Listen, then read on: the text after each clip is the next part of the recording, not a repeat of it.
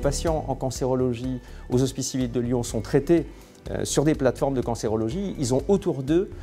toutes sortes d'autres disciplines de pointe, l'infectiologie, la cardiologie, la réanimation, la neurologie, et aujourd'hui les soins de support, la socio-esthétique et plein d'autres disciplines qui viennent former comme ça tout autour du patient ce réseau de soins si important pour la qualité et la coordination de la prise en charge. C'est ce que nous voulons proposer au travers de l'Institut de cancérologie des Hospices civils de Lyon, qui est en fait un réseau, ça n'est pas un bâtiment, ça n'est pas un lieu qui peut être identifié, mais c'est un ensemble de lieux et un ensemble de spécialistes coordonnés au travers de ce pilotage commun. Un patient atteint d'un cancer, il va falloir aller vite et bien sur le plan du diagnostic. Il va falloir ensuite aller vite et bien dans la démarche thérapeutique.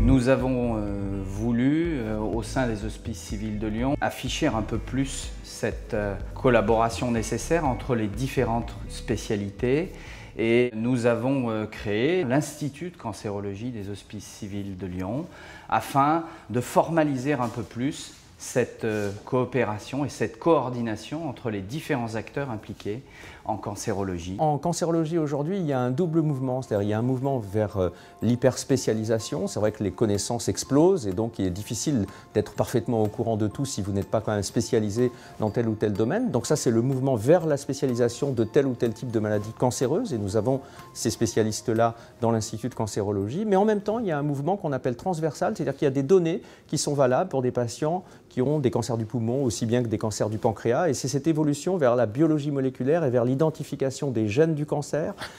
qui vont parfois être identiques entre un cancer du sein et un cancer du pancréas, alors qu'ils vont être différents entre deux cancers du sein différents. Et il faut faire jouer cette transversalité, raison pour laquelle vous avez les cancérologues transversaux qui travaillent en pleine harmonie avec ce qu'on appelle les spécialités d'organes, qui elles sont plus tournées précisément vers l'organe et la pathologie d'origine. Et c'est cette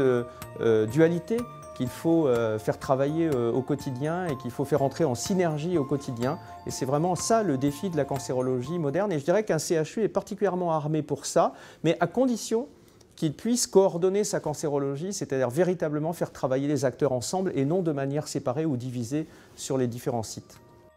Alors effectivement, la création de l'Institut de cancérologie, c'est cette volonté d'un pilotage commun, d'abord pour améliorer les performances, d'abord pour nous tourner résolument vers l'innovation et aussi pour être des partenaires de nos gouvernances administratives et politiques qui prennent les grandes décisions et les grandes orientations budgétaires et qui ont besoin que des experts leur disent quels sont les investissements à réaliser pour le bénéfice des patients et pour leur meilleur accès notamment à l'innovation thérapeutique.